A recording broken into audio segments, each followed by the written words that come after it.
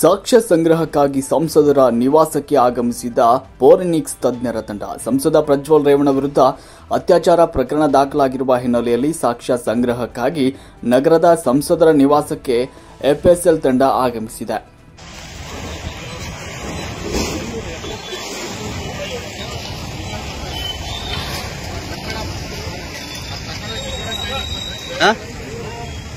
और बिजी इधर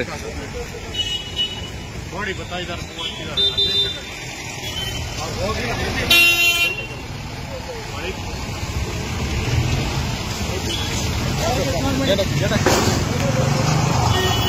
ಕ್ಲೋಸ್ ಮಾಡಿ ಸರ್. ಕಾರ್ತಿಕ್